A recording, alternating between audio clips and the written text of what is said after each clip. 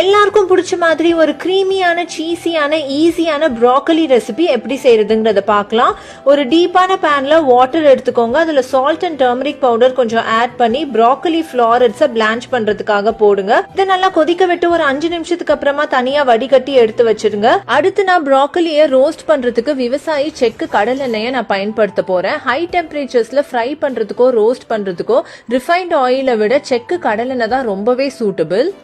ஒரு தவால 2 table spoon எண்ணெய் ஊத்தி இந்த பாயில்டு ப்ராக்கலி எல்லாம் லைட் பிரவுன் ஆற வரைக்கும் பேன் ரோஸ்ட் பண்ணி எடுத்துக்கோங்க. இன்னொரு பேன்ல 2 டேபிள் ஸ்பூன் பட்டர், ஒரு வெங்காயத்தையும் 6 பல் பூண்டையும் நல்லா ஃபைனா சாப் பண்ணி வதக்கிக்கோங்க. தனியா ஒரு டேபிள் ஸ்பூன் மைதா மாவை கொஞ்சமா தண்ணியில கரைச்சு ஒரு ஸ்லரி மாதிரி செஞ்சுக்கோங்க.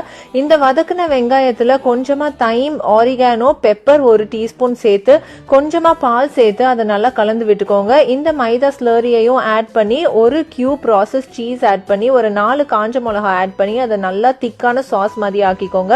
இந்த ஒயிட் சாஸ்ல ஒரு பிஞ்ச் சால்ட் ஆட் பண்ணிக்கோங்க. இந்த பேன் ஃப்ரை பண்ண ப்ராக்கலியை அதோட சேர்த்து நல்லா மிக்ஸ் பண்ணி விட்டுக்கோங்க.